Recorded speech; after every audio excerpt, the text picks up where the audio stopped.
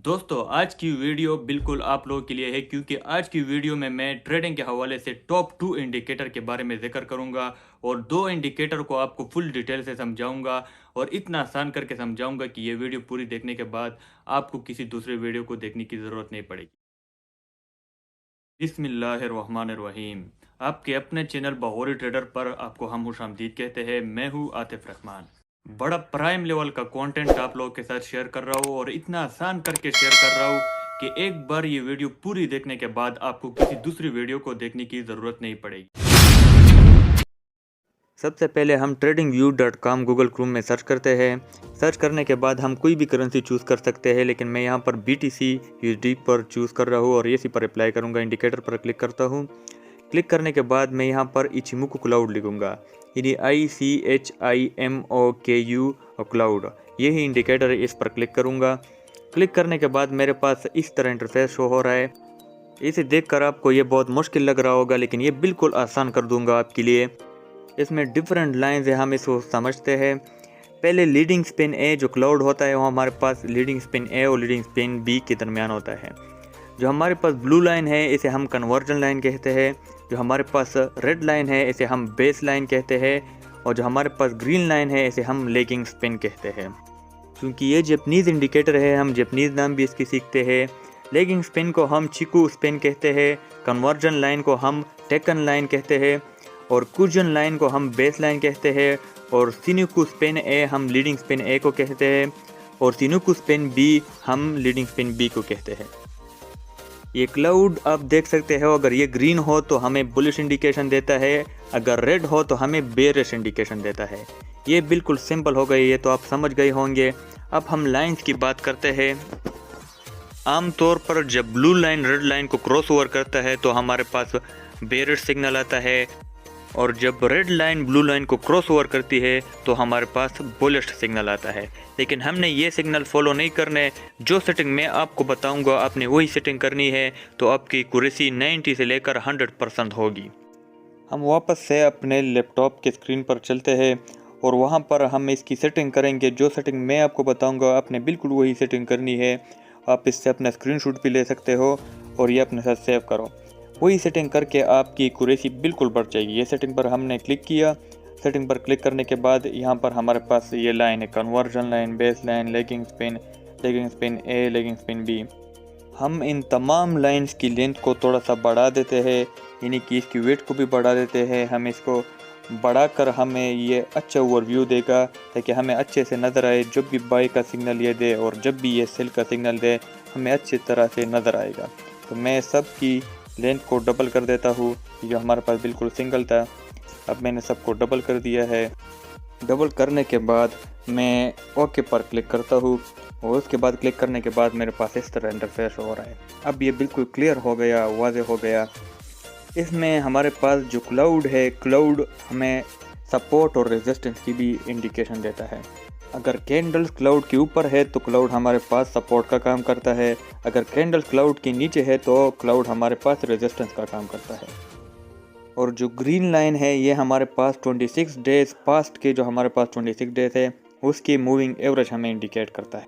आप देख सकते हैं जब भी ब्लू लाइन ने रेड लाइन को क्रॉस ओवर किया है ये अप गया है और जब भी ब्लू लाइन यानी रेड लाइन ने ब्लू लाइन को क्रॉस ओवर किया है तो डाउन गया है।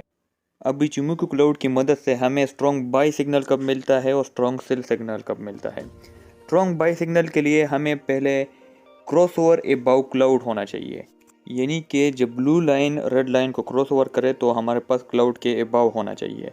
दूसरी इंडिकेशन हमें ये देता है कि जो हमारे पास स्पिन लाइन है, यानी कि जो हमारे पास ग्रीन लाइन है, ये भी क्लाउड के अबाउ होना चाहिए।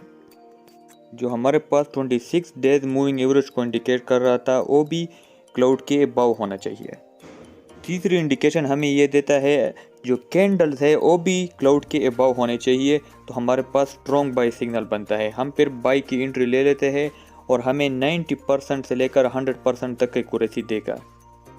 और स्ट्रॉन्ग सेल सिग्नल के लिए भी हमें यही प्रोसीजर होता है कि हमें क्रॉस ओवर बिलो क्लाउड होना चाहिए, यानी जब रेड लाइन ब्लू लाइन को क्रॉस ओवर करे और क्लाउड के नीचे होना चाहिए। दूसरे नंबर पर है जो लेगिंग स्पिन है हमारे पास ग्रीन लाइन, ये भी बिलो क्लाउड होना चाहिए। और जो तीसरे नंबर पर हमारे पास आता है वो है जो कैंडल्स है ये भी क्लाउड के बिलो होना चाहिए। जब ये 3 कंफर्मेशन हमें मिल जाते हैं तो हम सेल का सिग्नल लगा सकते हैं या अपने स्टॉक को बेच सकते हैं या क्रिप्टो को बेच सकते हैं। अब हमने एंट्री तो ले ली, अब हम एग्जिट कब करेंगे वो भी मैं आपको अभी समझाता हूँ। स्टॉप लॉस हमें क्लाउड के अबाव रखना होगा अगर हम सेल का सिग्नल ले रहे हैं, और जो हमारे पास क्रॉस ओवर हुआ होता है वहाँ पर हमने एंट्री लेनी होती है। हमने एग्जिट कब होना होता है, जब लेगिंग स्पिन इन जो ग्रीन लाइन ये क्लाउड के अबाव चला जाए या क्रॉस ओवर दोबारा हो जाए तो हमने तब एग्जिट करना है। एक बार दोबारा बता दूँ, स्टॉप लॉस अबाव क्लाउड, और जो हमारे पास एंट्री होती है वो क्रॉस ओवर पे होती है, और जो हमारे पास टारगेट पॉइंट होता है और जो ग्रीन लाइन है ये जब भी क्लाउड को क्रॉस करे या अबाव जाए तो हमें प्रॉफिट बुक करना चाहिए। यही 3 कंफर्मेशन को जहन में रखकर हम मार्केट पर अब चेक करेंगे BTC चार्ट पर कि ये हमें कितनी एक्यूरेसी देता है अगर यही 3 कंफर्मेशन हम देखें। आप यहाँ पर देख सकते हो जब भी क्रॉस ओवर हुआ अबाव क्लाउड, कैंडल भी क्लाउड के ऊपर थे, जो ग्रीन लाइन है वो भी क्लाउड के ऊपर है, तो हमें इसने बुलिश का सिग्नल दिया और अच्छा खासा प्रॉफिट हुआ।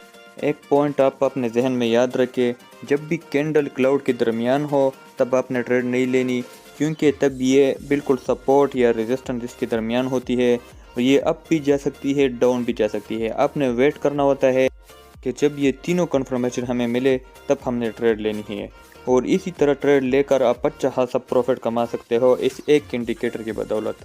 अब हम करंट मार्केट में देखेंगे जो अभी हमारे पास कैंडल बन रहे हैं वहाँ पर अभी हमें कौन सी ट्रेड लेनी चाहिए।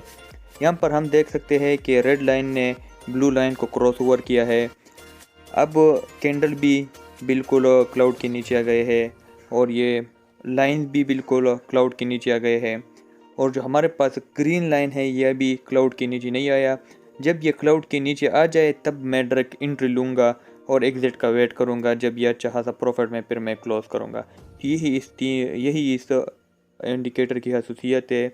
आपने भी बिल्कुल इसी तरह ही आराम से सब्र करके इस इंडिकेटर में ट्रेड लेना होगा।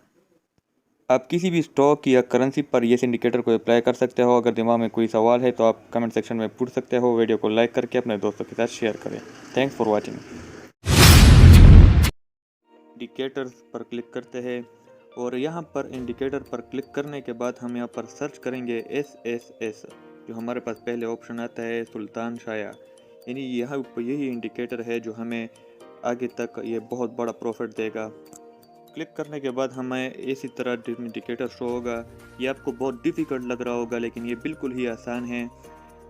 हमें ये ऊपर 2 लाइन, फिर ये लाइन और फिर ये नीचे डॉट डॉट डॉट, हम इसकी सेटिंग पर क्लिक करते हैं। यहाँ पर सेटिंग पर क्लिक हम इस तरह करेंगे, यह सेटिंग है, यहाँ पर हम क्लिक करेंगे। सेटिंग पर क्लिक करने के बाद हमें इसकी कोई छेड़छाड़ नहीं करनी, बिल्कुल ये एक्यूरेट है। आप देख सकते हो इनपुट, प्रॉपर्टीज, स्टाइल, विजिबिलिटी, ये सब जो हमारे पास शो हो रहा है ये बिल्कुल एक्यूरेट शो हो रहा है और यही ही प्रोसीजर है। हम ओके पर क्लिक करते हैं, उसके बाद हम इस इंडिकेटर को भी समझते हैं। यहाँ पर जो ऊपर 2 लाइन है, उसके बाद ये नीचे 1 लाइन है और उसके बाद ये डॉट डॉट होते हैं। ये हमें ट्रिपल कंफर्मेशन दे रहा है। अगर ये तीनों ग्रीन हो जाए तो हमें बाई का सिग्नल मिलता है, अगर ये तीनों रेड हो जाए तो हमें सेल का सिग्नल मिलता है। यानी कि जैसे आप चार्ट में देख सकते हो यहाँ पर बाय और सेल का सिग्नल भी हमें दिखाई दे रहा है। यानी आप समझ गए होंगे कि जब भी ये तीनों रेड होंगे तो ये सेल का सिग्नल है, हमें शॉर्ट लगानी लेनी है। अगर हम स्पॉट ट्रेडर है तो हमें जो स्टॉक है या क्रिप्टो है हमें वो सेल कर देना है, क्योंकि उसके बाद हमें ये इंडिकेशन देता है कि ये अभी डाउन जाएगा। अगर ये ग्रीन होता है तो फिर हमें ये इंडिकेशन देता है कि ये अप जाएगा, तो हमें होल्ड करना होगा स्पॉट में। अगर हम लेवरेज ट्रेडर है तो हमें लॉन्ग लगानी होगी।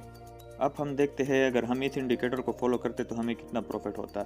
जब यहाँ पर तीनों ग्रीन हो गए तो हमने यहाँ पर बाय का सिग्नल मिला और हमने बाय लगाया तो हमें यहाँ पर 62% प्रॉफिट मिल रहा था।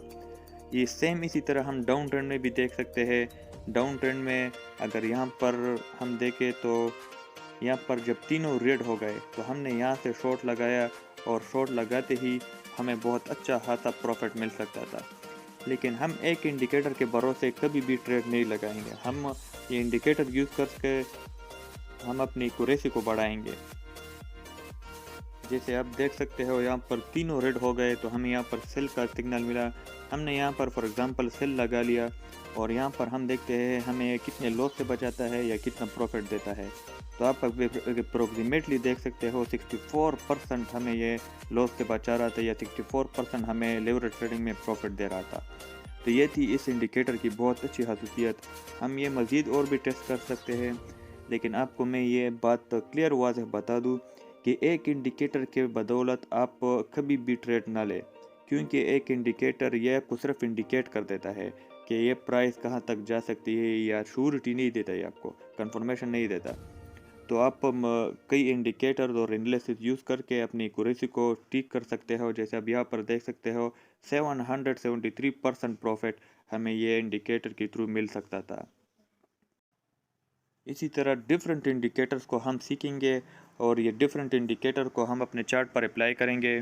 अगर हमें सबसे सेम एक्यूरेसी मिल रही है, यानी 10% इससे एक्यूरेसी मिल रही है, इसी तरह 10% दूसरे इंडिकेटर से, सब हमें पॉजिटिव सिग्नल दे रहे हैं, तो हम तब ही ट्रेड लेंगे। यानी कि एनालिसिस करने के बाद, इंडिकेटर यूज़ करने के बाद हम अपना पैसा लगाएंगे और फिर हम अच्छा खासा प्रॉफिट देंगे। वीडियो अच्छी लगी हो तो लाइक करना मत भूलिएगा। Thank you for watching.